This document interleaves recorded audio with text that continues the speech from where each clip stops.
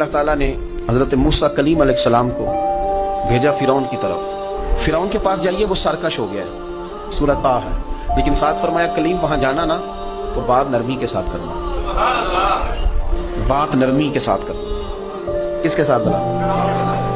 گنہگار تھا، کافر تھا، چھوٹا کافر تھا کہ موٹا کافر تھا، اس کے ساتھ بھی نرمی سے بات کرنی۔ اے میرے کلیم وہاں جانا تو فرعون کے ساتھ بات ذرا نرمی کے ساتھ کرنا، لعلہ یتذکر او یخشی، شاید کہ وہ نصیحت پکڑ جائے اور ڈر جائے۔ قول نرم کرنا، قول نرم، قول نرم، انداز نرم، دلائل گرم۔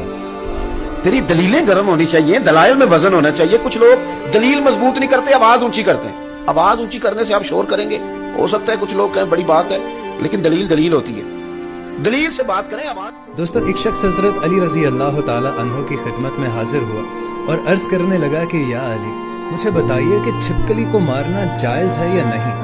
تو حضرت علی فرمانے لگے کہ نبی کریم صلی اللہ علیہ وآلہ وسلم نے فرمایا تھا کہ چھپکلی کو مارو، اور چھپکلی کو مارنے کا حکم دیا تھا، کیونکہ جب حضرت ابراہیم علیہ السلام کو آگ میں ڈالا گیا تھا تو تمام جانور اس آگ کو بھجانے کی کوشش کر رہے تھے، جبکہ چھپکلی خوش ہو کر اس آگ پر پھونکے مارتی تھی کہ آگ مزید بڑھ گئی۔ اور ایک اور موقع پر نبی پاک صلی اللہ علیہ وسلم نے ارشاد فرمایا کہ جو شخص چھپکلی کو پہلی چوٹ پر مار دے تو اس کے لیے 100 نیکیاں لکھ دی جاتی ہیں، جو دوسری چوٹ پر مارے تو اس کے لیے اس سے کم، اور جو تیسری چوٹ پر مارے اس کے لیے اس سے بھی کم۔ تو واضح ہوتا ہے کہ چھپکلی کو مار دینے سے گناہ نہیں، یا اس کو بھگا دینے سے کوئی گناہ نہیں، مار دیا گیا۔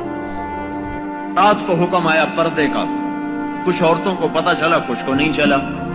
فجر نماز عورتیں پڑھا کرتی تھی مسجد میں، الگ جگہ تھی، تو ایک عورت آئی پردے کے بغیر، باقی آئیں پردے کے ساتھ۔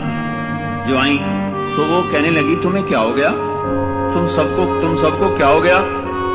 وہ کہنے لگی تمہیں نہیں پتہ چلا؟ کہ نہیں، کہ رات کو پردے کا حکم آ گیا۔ اچھا، مجھے تو کوئی پتہ نہیں ہے۔ تو اس نے نماز کے بعد ایک بچے کو دوڑایا کہ جاؤ میرے گھر سے چادر لے کر آؤ۔ وہ بچہ گیا، گھر سے چادر لے کر آیا، پھر وہ اپنے کو چھپا کر گھر پہنچی تو ان کے خامن نے پوچھا، دیر لگ گئی، چادر منگوائی، کیا قصہ؟ اس نے سارا بتایا تو ان کے خامن نے فرمایا کہ تمہیں تو پتہ ہی نہیں تھا، وہاں پتہ چلا تھا، گھر آ کے پھر پردہ شروع کر دیتی۔ تو انہوں نے جواب دیا، جب مجھے پتہ چل گیا کہ میرے اللہ کا حکم آ گیا ہے تو اس کے بعد ایک قدم بھی اس کی مرضی کے بغیر اٹھانے کی مجھے جرأت نہیں ہوئی۔ اللہ تعالیٰ نے حضرت موسیٰ کلیم علیہ السلام کو بھیجا فرعون کی طرف۔ فرعون کے پاس جائیے، وہ سرکش ہو گیا ہے، سورہ طٰ ہے، لیکن ساتھ فرمایا کلیم وہاں جانا نا تو بات نرمی کے ساتھ کرنا، بات نرمی کے ساتھ کرنا۔ کس کے ساتھ بلا؟ گنہگار تھا، کافر تھا، چھوٹا کافر تھا کہ موٹا کافر تھا، اس کے ساتھ بھی نرمی سے بات کرنی۔ اے میرے کلیم وہاں جانا تو فرعون کے ساتھ بات ذرا نرمی کے ساتھ کرنا، لعلہ یتذکر او یخشی، شاید کہ وہ نصیحت پکڑ جائے اور ڈر جائے۔ قول نرم کرنا، قول نرم، قول نرم، انداز نرم، دلائل گرم۔